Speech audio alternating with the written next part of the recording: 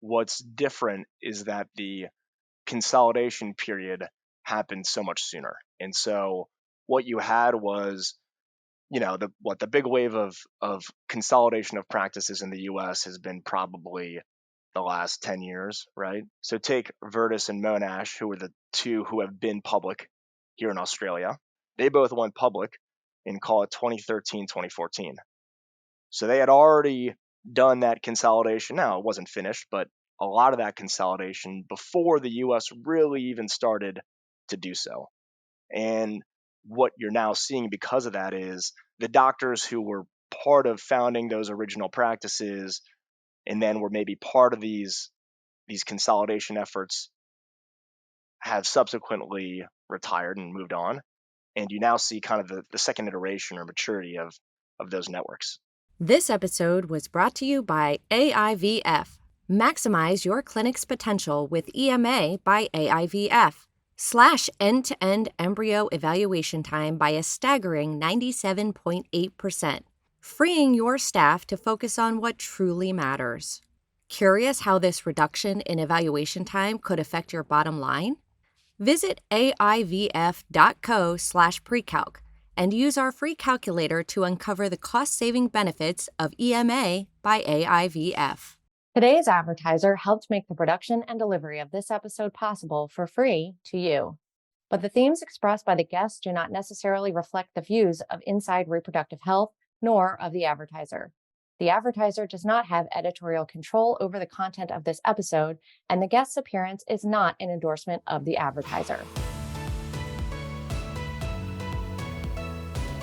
Are U.S. fertility clinics looking into their own future by looking at Australian fertility clinics, or are Australian fertility clinics looking at their future by looking at what's happening in the U.S.? Who is to say? Maybe our guest today is to say. He was the COO of CCRM, and now he's the COO of Genea Fertility in Australia. We get an intro to the Australian IVF market. What's their payer system like? What's their self-pay system like? What's happening with employer-sponsored benefits over there? Do they let their OBGYNs do egg retrievals and transfers? What's their fellowship and training like? And how does that impact their doc shortage? Scott Portnoy educates us on what's happening with donor and surrogacy IVF in Australia. We talk about what's happening with private equity-backed consolidation and fertility clinic networks going public. We talk about why that may have happened sooner in Australia and what might that foreshadow what's going to happen with fertility consolidation in the US. We talk about consolidation and then fragmentation. What's happening with new fertility clinics? And I talked to Scott about where he sees the US being behind and ahead and where he sees Australia being behind and ahead in the assisted reproductive technology space. I think it's useful for US and Australian audience members to peek into each other's landscapes. And if you're from another country, how does each situation compare to your own? Discuss amongst yourselves. Enjoy this episode with Scott Portnoy, former COO of CCRM, now COO of Genea Fertility. Mr. Portnoy, Scott, welcome to Inside Reproductive Health. Thanks, Griffin. Glad to be on. I've had a lot of people on over 200 plus episodes. I don't think of anyone off the top of my head that was in a leadership position on one continent and then at another leadership position in another continent. Maybe there's somebody, but you're the first one that I'm thinking of. So for those that are a little bit familiar with your bio, you were Chief Operating Officer at CCRM for a number of years. Now you are at Genea Fertility in Australia. And I believe in the same role. Is that right? That's right. So I'm just curious at a personal level. Like, you're too young to have a midlife crisis. So tell me about what brought you from Colorado to Australia. My hairline would say differently, Griffin, but it was really more family driven than it was work driven. My wife was originally Kiwi by birth, spent part of her childhood here in Sydney, and so we always looked at this part of the world as a place to come back to at some point, and we're on a bit of a career sabbatical, both of us, and got a call from Genea right in the middle of that. So timing is everything. That's what brought us down. Was it during COVID that you did the move? Or was it during the lockdowns? No. It was in January of this year, so it's been just under a year we've been down here. Okay. So, you're on a little bit of a career sabbatical. You get a call from what is now local to you. What was your first impression of that? Were you thinking, oh, sure, like this is pretty cool, or was it like, I don't know what I'm gonna have to learn, being in a totally new marketplace. Certainly both. We were actually on a little vacation in Maine, and I turned to my wife and I was like, "Hey, is this one I should take? Would take direction right from the wife? That's always a smart call." And she, Especially on vacation. especially on vacation, and she said, "Yeah, go ahead. That sounds interesting." And so started having some chats, and as I learned more, it was became clear it was interesting. Alexis, my wife, had grown up here in Sydney, so very familiar territory. And the growth story and the quality story of Genea and what we were trying to do reflected pretty well with me, especially given my CCRM experience. And so it became a, hey, I could see how I could add some value here type situation. I'm very interested in this unique perspective because I'm curious as to what the similarities are in the two continents, in the two countries, what the differences are. And I'll try to get specifics out of you because I'm sure there's, general differences and general similarities. But as you started, what was the first things that you noticed that, oh, this is very similar. This is very similar to what I'm used to? The similarities have been the what I'll call the patient care side of the spectrum. First, outcomes really quite similar to those that we see in the U.S. Australia has been alongside the U.S. at the forefront of a lot of change. You know, CCRM itself had folks from Australia working there way back in the day, and so there's a lot of overlap from an outcomes and quality standpoint. The patient experience, the patient journey, how hard that is, no matter where you are, has been quite consistent. And man, embryologists, right? Doesn't matter if you're in Australia or the U.S. trying to find the right ones, or is a tough problem.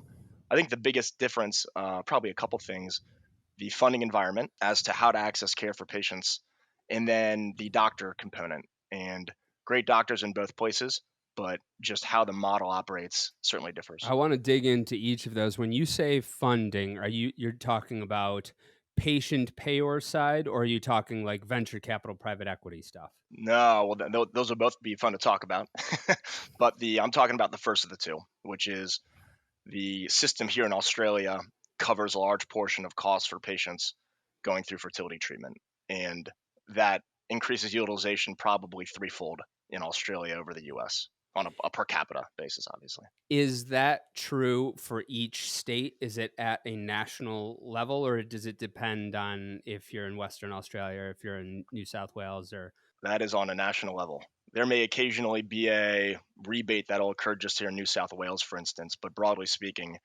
doesn't matter which coast you're on, you're getting the same coverage. I think you're my first guest from Australia. Still wasn't able to get the accent, but because you are the first person, maybe it bears a little bit of necessity just to paint the picture of what that public payer system is. So, in the UK, for example, it's very different than in Canada, and even in Canada, it's very different from Ontario to Quebec to other provinces, where sometimes you have lottery funding. In the UK, it's based on certain locations of how much self NHS funding is there. Give us a little bit of 101 on what that payer system is like in Australia.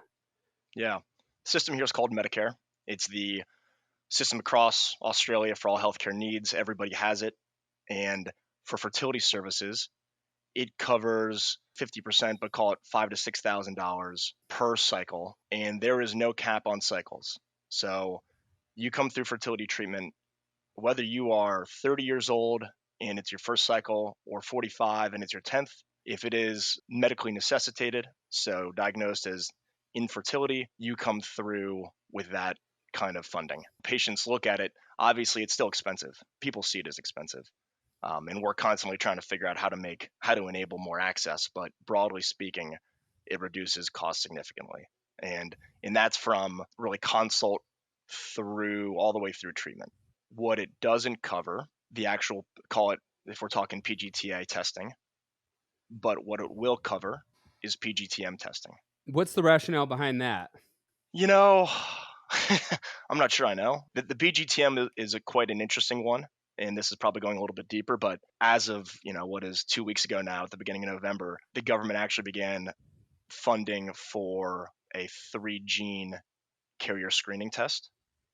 And so there's a real awareness of funding for things that could cause obviously patient problems, but also massive costs to the healthcare system over the life of a patient from start to finish. And so that carrier screening is covered. You've got the funding for the fertility treatment, you've got the funding for the PGTM, and now you've got actual funding for the storage of those embryos post PGTM. And so there's a real kind of end-to-end coverage for treatment there. Is there a requirement for a certain number of IUIs or timed intercourse or anything like that before IVF? There's none. And so it's really specialist driven. Specialist sees you, they feel like you are validated as an infertile patient and that this is the best course of treatment. Off you go. There's no pre-authorization, so there's nothing to submit to the government before you proceed.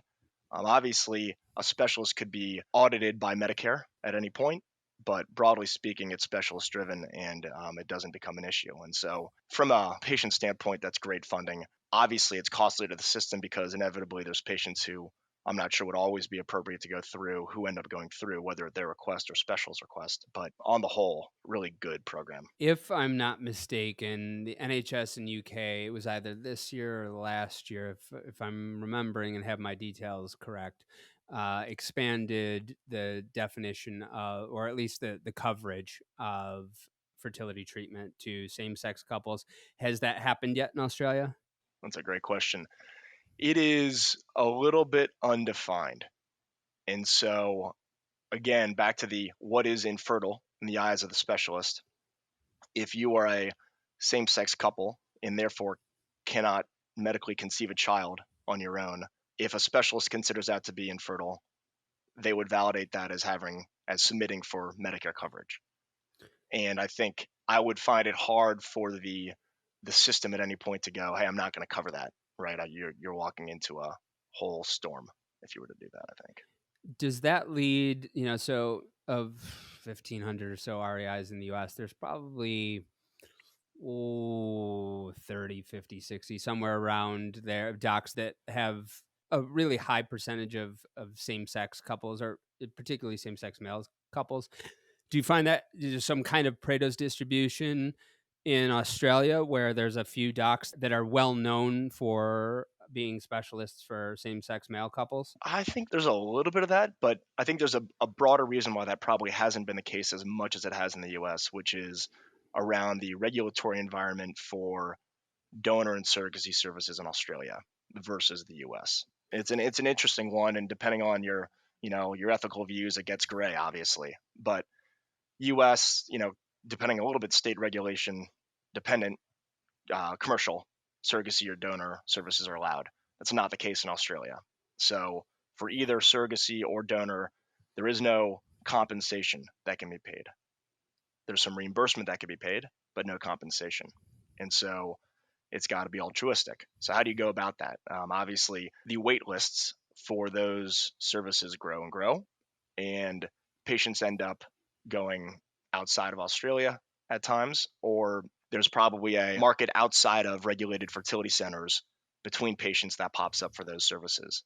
And it probably pushes less patients towards specific clinicians who do a lot of same-sex couples. As far as you can tell, is there anything on the horizon for that changing? Because that's been the case for at least as long as I've been in the field. And I remember 2014, 2015, 2016, helping some US clinics market to Australian and New Zealand patients for third party because of the shortage of egg donors and the shortage of gestational carriers. So people would come from Australia and New Zealand and travel that long distance because whatever market there is in between folks and whatever's coming from people who are only donating altruistically without any kind of compensation is just insufficient. Is there any kind of is there anything on the horizon to revise that? Yeah, there's certainly discussions, especially kind of within the industry, as to what can we do to better enable access. Whether or not that will make it to the level in government where things would change is another question. And that's where you do have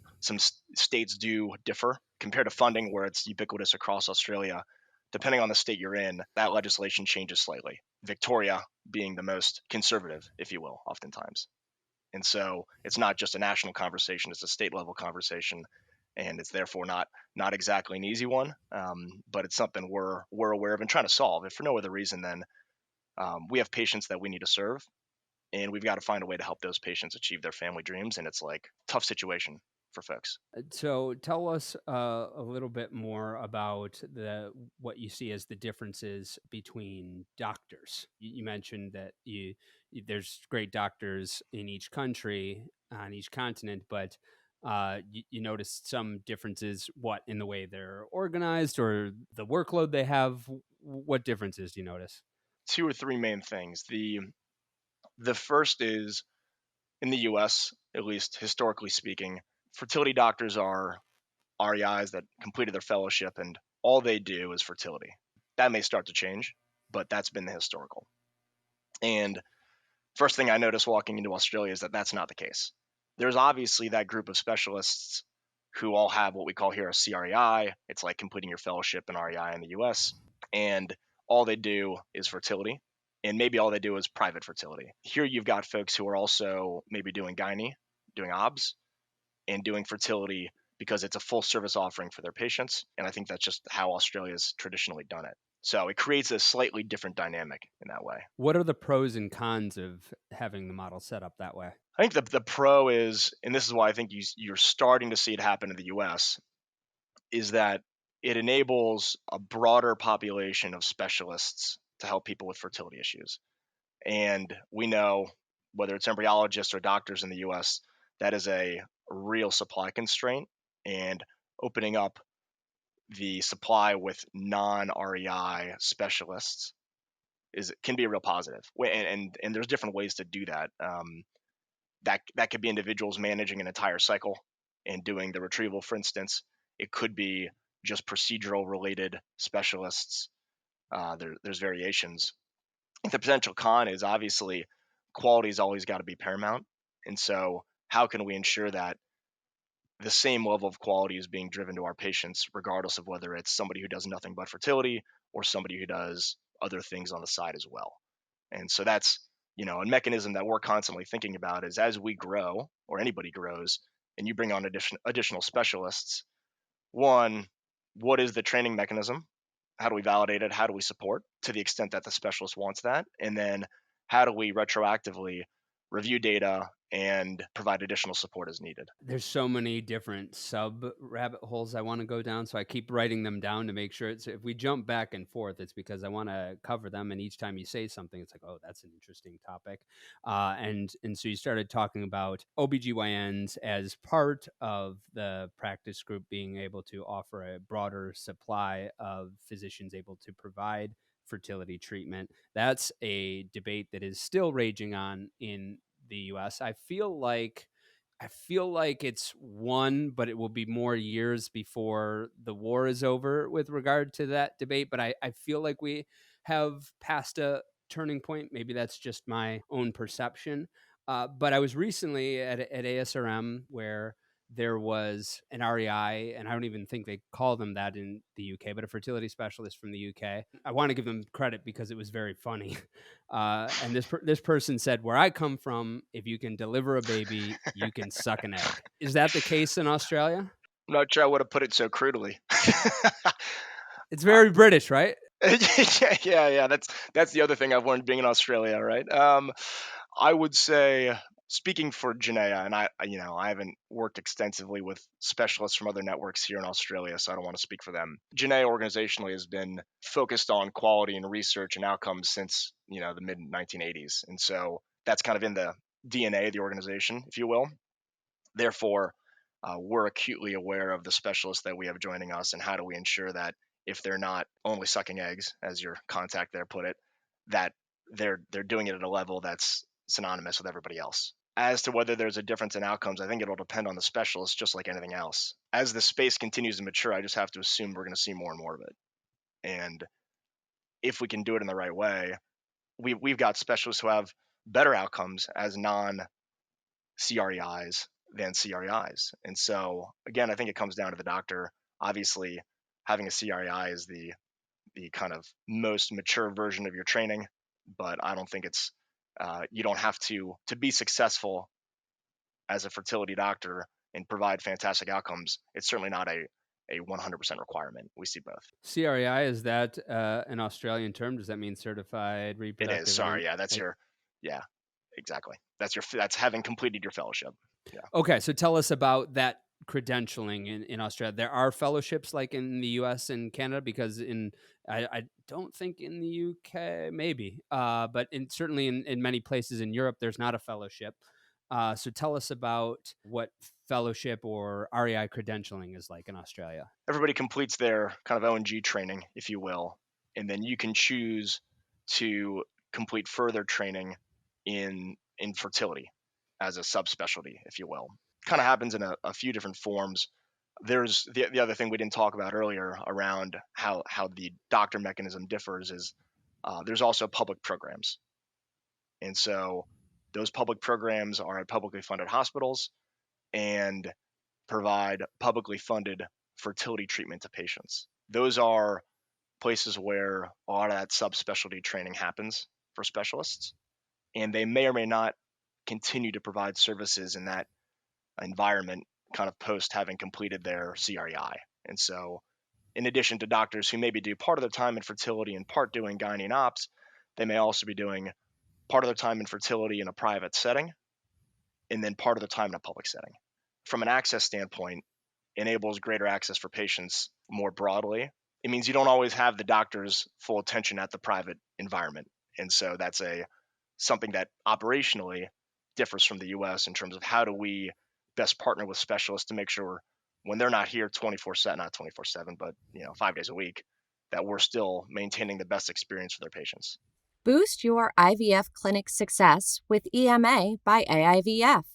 With our suite of AI modules, analyze embryo viability with precision, considering visual quality, morphokinetics, and genetic integrity. Enjoy seamless clinic management with advanced IVF analytics, integrated EMR connectivity, and a centralized communication hub. Ensure 24/7 access from any device and connect to multiple time-lapse systems simultaneously. Using our platform, our partners have experienced a 10% rise in implantation rates and a 30% increase in capacity. Don't just take our word for it. See the actual impact on your bottom line. Visit aivf.co/precalc, input your clinic's data, and get a personalized report on how EMA by AIVF can revolutionize your operations and financial performance. That's aivf.co/precalc. So in order to understand more about the REI practice structure, I probably need to understand a little bit more of the very basics of the Australian healthcare system. So in the US, you've got multiple payer, multiple provider. In the UK, you have single payer, single provider. In Canada, you have single payer, multiple provider. What is it like in Australia? Is it like Canada or the UK, or neither? I can't say I'm an expert in either the Canadian or the UK medical systems as it comes to being an expert, but it's probably a little bit more like the Canadian model in that you've got a single payer in Medicare. Everybody has it, but what's happened is that over time, specialists, especially those that are more in demand, will charge what we call a gap. So above the rate that they would receive from Medicare, there may be a gap as to what they bill a patient. And that gap is what the patient's responsible for. And there's now a number of private insurance options that would sit on top of that Medicare funding to help patients cover that gap, if you will, in coverage. And broadly speaking, those private insurance options do not cover fertility services. They may cover components of it, like the day surgery, for instance, but the basic fertility component they don't cover. In that, if you want another rabbit hole that we could go down, that opens up the entire conversation around alternative payers, direct to employer models, which, because of the funding mechanisms here, haven't yet really become all that present, if you will. Oh yeah, I've got that in my notes here. What percentage of IVF patients in Australia are self-pay? Outside of the Medicare funding, really everybody, right? Unless at least in my 9 months here, unless you are a patient that has come through one of the few employers that is maybe a multinational and therefore has alternative payer coverage from one of our big alternative payers in the US, you're going to be paying out of pocket for the services that Medicare does not cover. Okay, I must have fundamentally glossed over something you said earlier. I thought that Medicare pays for most fertility treatments. Not 100%. Maybe the audience doesn't need the recap, but I guess I do. Tell us again what Medicare pays for and doesn't pay for. Medicare will cover, at least in the instance of most private fertility non-low cost providers, roughly what is 50%, about $5,000 to $6,000 of a fertility treatment. Got it. Okay. Yeah, sorry if I glazed over that earlier. That's the rough math. And so if the average cycle costs $12,000 here, 5 or 6 is covered by Medicare. The rest is covered by the patient. So is that 5 to 6 exhausted after one cycle, or is it 5 to No, 6 for each cycle? each cycle, no limit. Nope. That is obviously at some point, hopefully, the patient or the specialist is going, hey, this doesn't make any sense anymore. But from a Medicare standpoint, there's no limit. Okay. All right. So it was probably me that glossed over, but that makes things a lot clearer. So is there any progeny in Australia? What you have is those multinationals based in the US, your Googles, your Ubers, whoever it is, that offer alternative payer benefits through a Maven, a Carrot, a Progeny, whoever, when they've got international employees based here, those benefits typically extend in some way to the employees. And so we will see a subset of patients who have that, but obviously it's limited to the portion of the population that works for one of those US-based multinationals.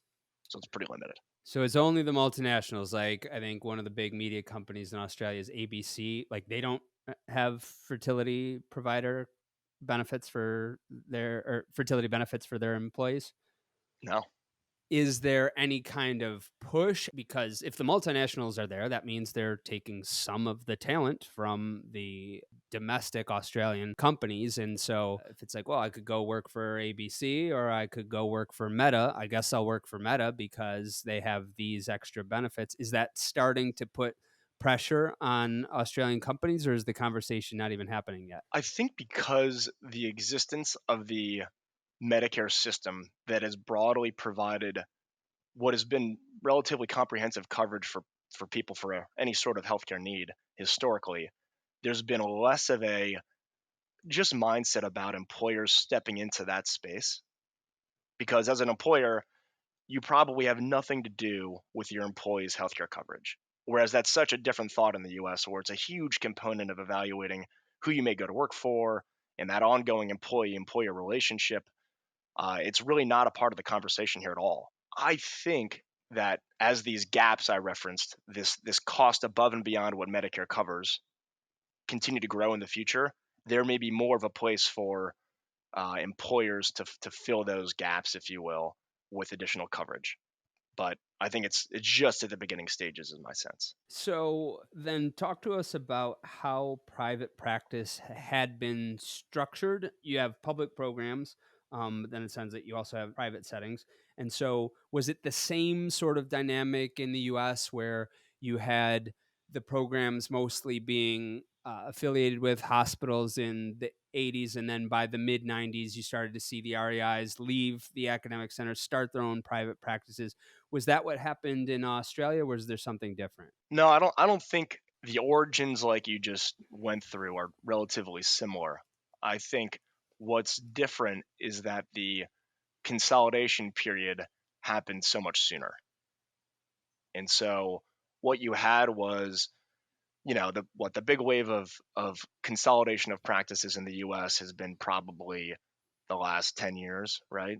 Especially 2015 to 2020. If you were to look at Virtus and Monash, who are the two who have been public here in Australia, they both went public in, call it, 2013, 2014. So they had already done that consolidation. Now, it wasn't finished, but a lot of that consolidation before the US really even started to do so. And what you're now seeing because of that is the doctors who were part of founding those original practices, and then were maybe part of these consolidation efforts, have subsequently retired and moved on. And you now see kind of the second state of the second iteration or maturity of those networks. When did that consolidation start to happen? I'm guessing it happened much earlier than when they went public. Was there a private equity phase prior to that? I don't know the exact years, but in my mind, it was probably 3, 4, 5 years prior. And it depended on the network. There was private equity involvement, certainly in the case of Virtus before it went public.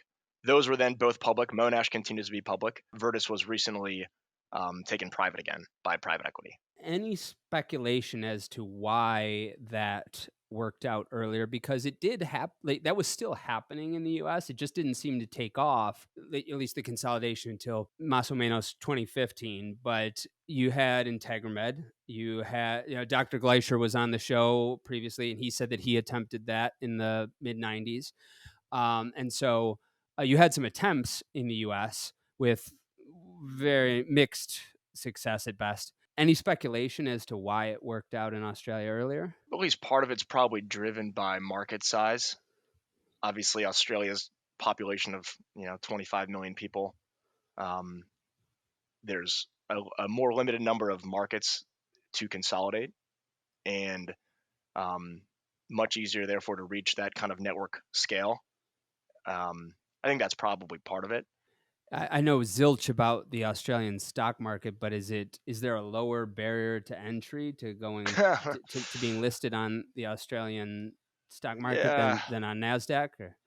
that's probably true as well. I don't necessarily envy living in that sphere, if you will. Just personal style, not wanting to be so short-term focused always, or needing to be from a market visibility standpoint. Obviously, it was an event that led to funding capacity for those organizations, and good for them, right? That no problem there. How did your organization differ in their approach? First of all, I don't mean to say anything that if you're a publicly listed company, you're not doing great things by patients. That's not at all what I'm implying. I'll answer your question in the how's my experience differed, which is, and I know you've talked about this on prior shows, so I'm sure the question is going to come at some point here, which is the presence or role of private equity in all things fertility and healthcare more broadly. And that's just by happenstance the path that organizations I've been a part of have gone down, both at CCRM and here at Genea as well. And I think it all comes down to the people you work with. There's Genea Fertility, there's Genea Biomedics. Tell us more about that corporate structure. So Genea, founded by Professor Robert Jansen back in the 80s, always focused on quality outcomes, research, trying to be at the forefront of that, which has driven a huge amount of value for patients in the organization. So it's, the only reason I'm here is because of all that work.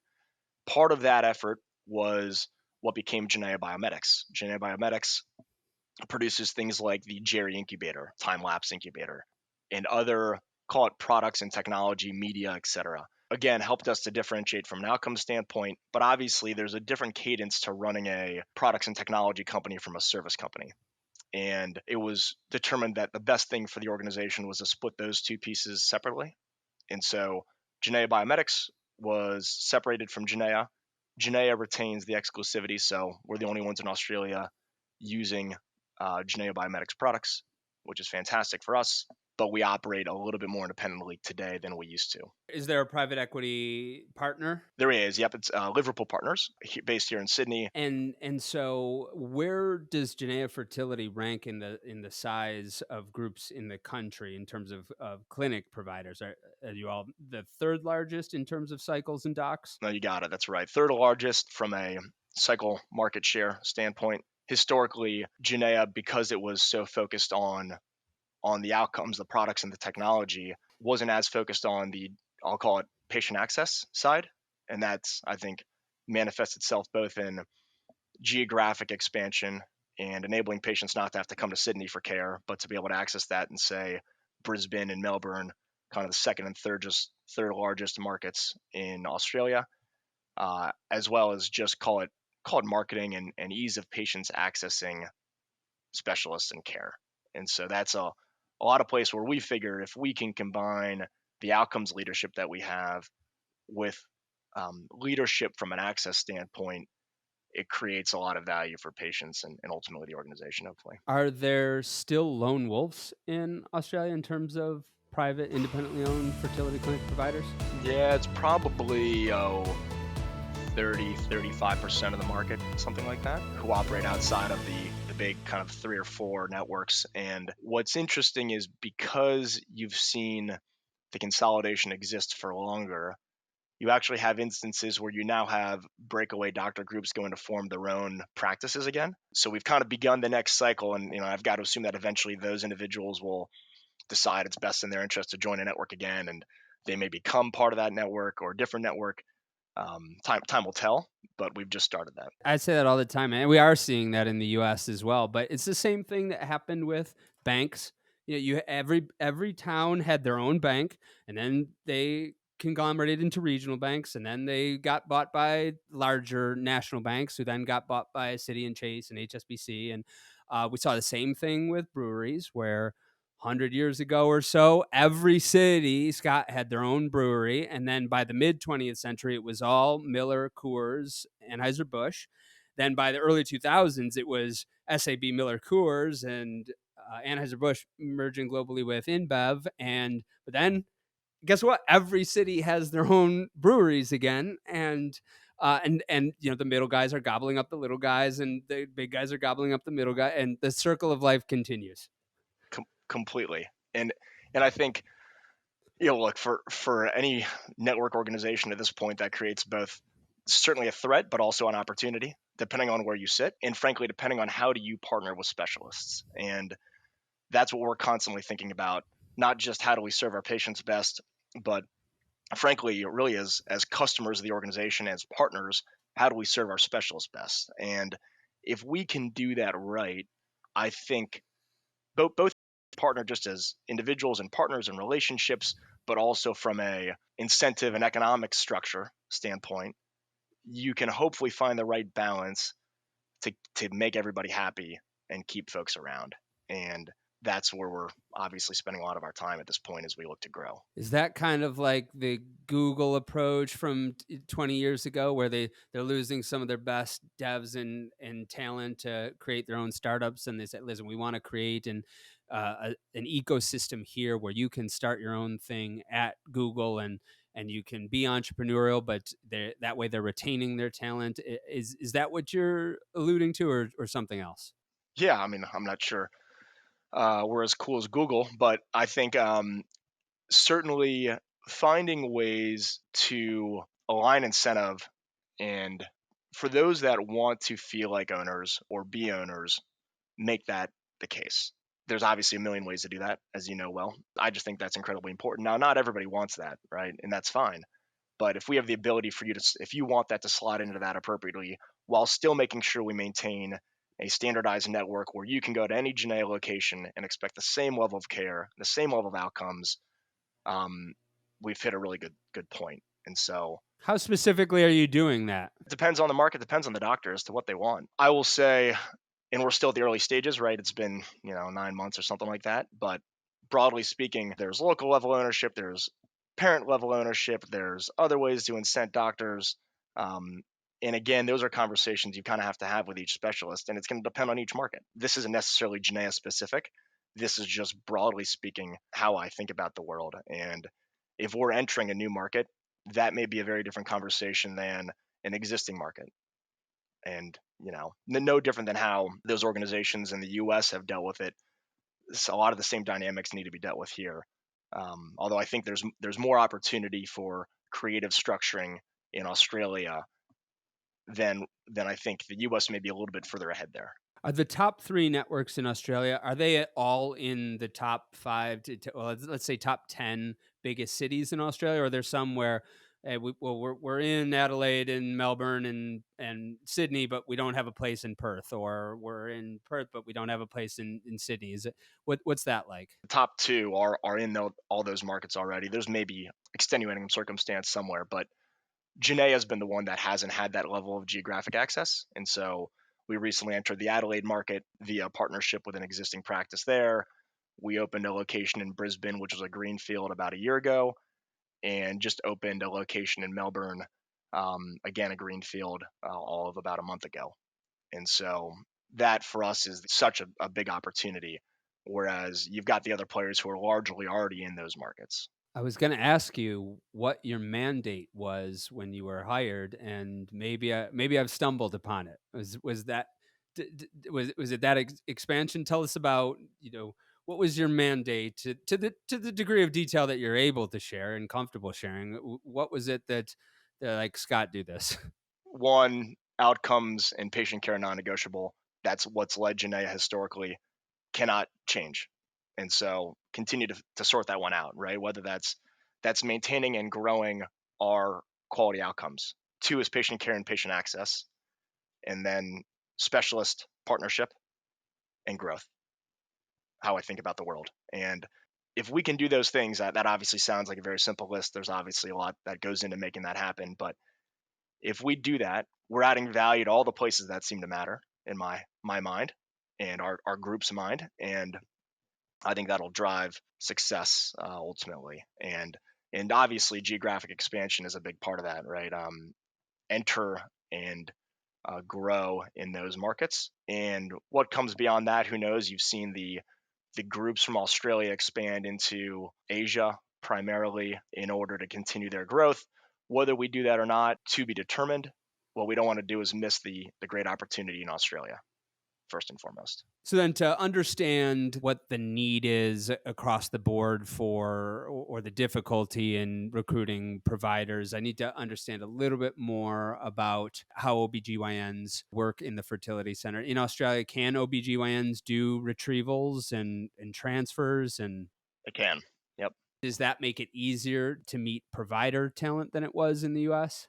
It makes it easier to meet provider talent. That doesn't mean it's always easier or as likely to bring them on. Again, back to the quality component, always have to be selective in who you bring on to ensure you're not sacrificing quality just to expand access to care and add another specialist. That's the big catch, I think. Got it. What about advanced practice providers? Does that exist in Australia? Are there nurse practitioners, physician assistants, or some equivalent? It's newer, and I think there's opportunity there for us to use more of those individuals. Here it's what we call a GP, a general practitioner, and those individuals may sit somewhere in the earlier part of the care process. They're not really an extender as much as they are another part of the care system that can help complete things like a patient's workup. Are they physicians? Yes, they're physicians. They went to medical school. If you think about the Medicare system here in Australia, in order to go get that Medicare funding as a given patient, you have to have a referral. Those referrals, and so they are very much the gateway to specialist care throughout the system. And those GPs can order tests. So oftentimes you may see a GP to get your workup done as a fertility patient before you get to a specialist. So there's no in between a physician and a nurse, like what used to be called mid-level provider. There's no, nurse practitioner, physician assistant, mid-level provider. Nurse practitioners is just becoming a thing. And so I think there's opportunity for us there. We haven't quite cracked it yet, but I think it'll get there. Where do you feel like the US was ahead in certain areas of the field? And where do you feel like the US is behind from what you've seen? The US is certainly ahead on creativity around ways for patients to access care because of price. That is employer sponsored benefits, and that is pricing creativity. Things like multi-cycle programs, and that iteration of pricing is much less present in Australia because the costs are less to the patient out of pocket. Where it's behind is obviously that has had to happen because there's so much less funding. So just from a expanding access to care standpoint, if that's our ultimate goal is to help more patients, there's obviously an issue with the US system from a funding standpoint. And then secondarily is leveraging those non-REI specialists. If you can do it in the right way, the US may be, quote, behind on that, because I think that's been going on for longer here in Australia and is certainly more utilized. How about on the technology side, like workflow software, automating workflow, automation for patient consents and patient education, and then an AI on the lab side, and all of that? Where has each country implemented more or less? I think you're at a largely similar place. AI sits in that same place of, hey, what's those are great 2 letters, but what does it actually mean, and how do we best use it to add value, not just to say we have it? I think that both countries are in similar places there. The lab technology, we for instance, because of the Genea Biomedics history, are a 100% time lapse incubator organization and have been for a number of years. So whether it's lab technology or workflow technology, we're largely similar. Where I think the US is maybe out in front of things a little bit is from a patient acquisition standpoint and the direct consumer marketing and using digital marketing and technology to acquire new patient volume. Whereas in Australia, it's been a little bit more doctor driven historically. I think that will shift a bit as the ways in which we all reach the world via technology and all things digital becomes more and more prevalent. That makes sense?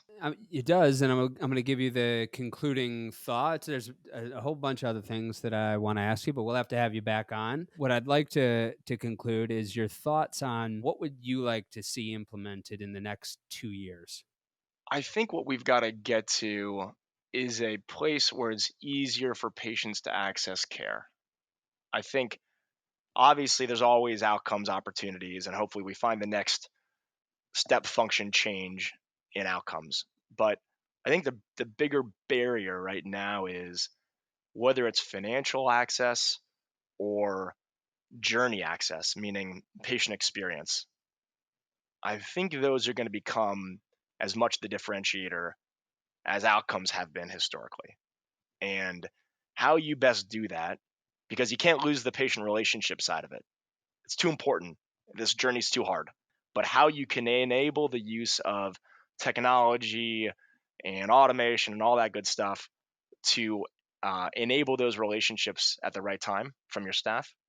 And if we can get all that right, patients can get the care more easily, everybody's happier. That'll frankly grow the market more than anything else because you'll keep people around for the next cycle. Patients will talk to their friends about how it wasn't that bad, and off we go. I think today is just a little bit too hard. Those specific solutions will be the topic of our next podcast interview. Scott Portnoy, COO of Genea Fertility, thank you very much for coming on the Inside Reproductive Health podcast.